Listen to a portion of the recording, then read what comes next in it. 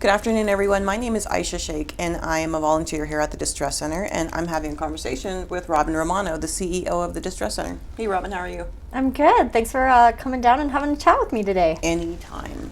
I was curious to know, how did you get started in all of this? Oh, do we have hours upon hours? And so I've actually been at Distress Centre for about 15 years. I came as a social work practicum student, and long story short, I did not intend to be a social worker. I really wanted to be a nurse. I realized, though, I do not have a science brain.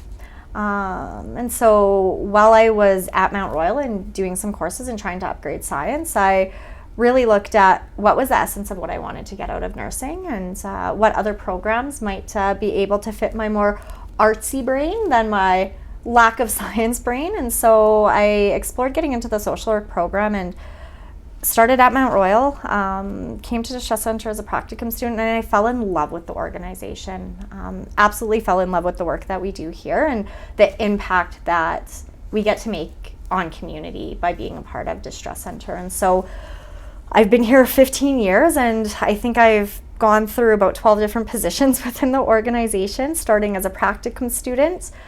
Between my first and second year of my diploma at Mount Royal, got hired on here as a summer step student, and that just opened up door after door after door for me within the organization to continue both growing for myself in my professional capacity, and as you know from being a volunteer on the lines, how being here also helps you grow in your personal capacity and just continued to see other avenues. And I think when people reflect on social work, they really think of the clinical aspect of social work. So counseling, child and family services, street outreach. And I really got introduced quickly to the whole leadership and administrative side of social work. Everything that I do within my role here at Distress Centre as CEO is bringing that social work lens matched with the leadership and business skills that I've learned and developed over time. And so getting to see different outlets and ways to bring my skills and build myself and get to be just part of an organization that has such an impact in community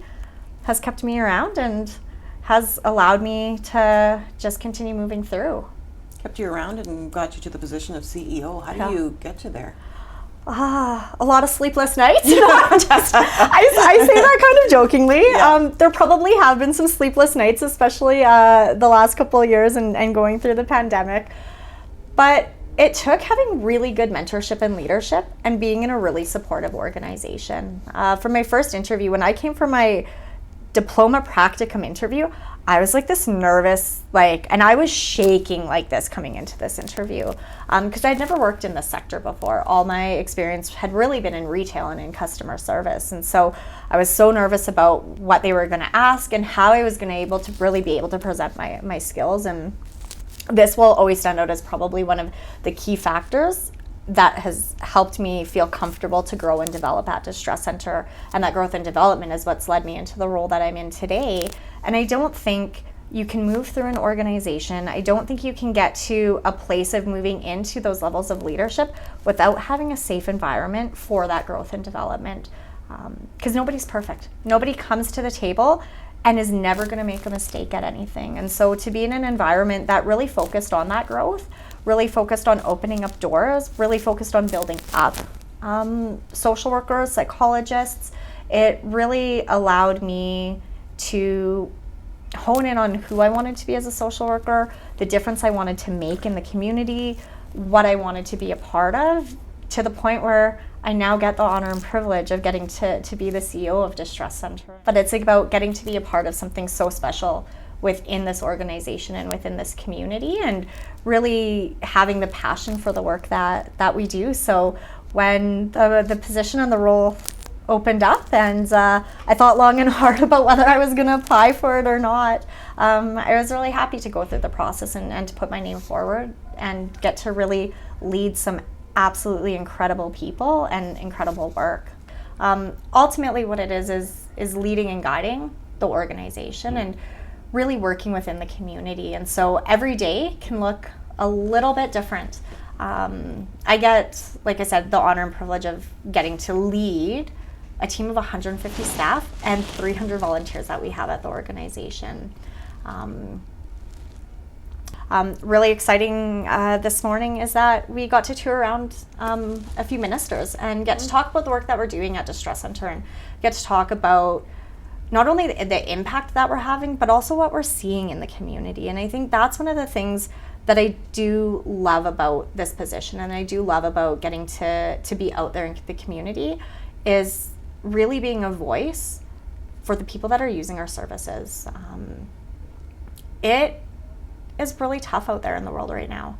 And we hear that every day on the lines, and you could probably share hundreds of stories back with me from the calls that you've taken. But when we look at the housing market, when we look at rental vacancy, when we look at inflation, when we look at the state of mental health, when we look at youth mental health, there is so much going on in our community. And often for our most vulnerable and marginalized populations,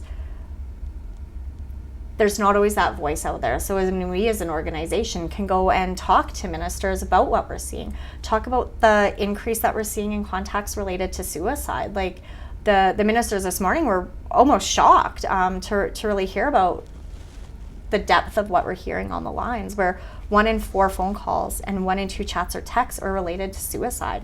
And what does that mean for our community, and how can we come together across different systems to be able to meet these community needs? And I would say if there's anything that drives me and my passion as CEO at Distress Centre, it's that.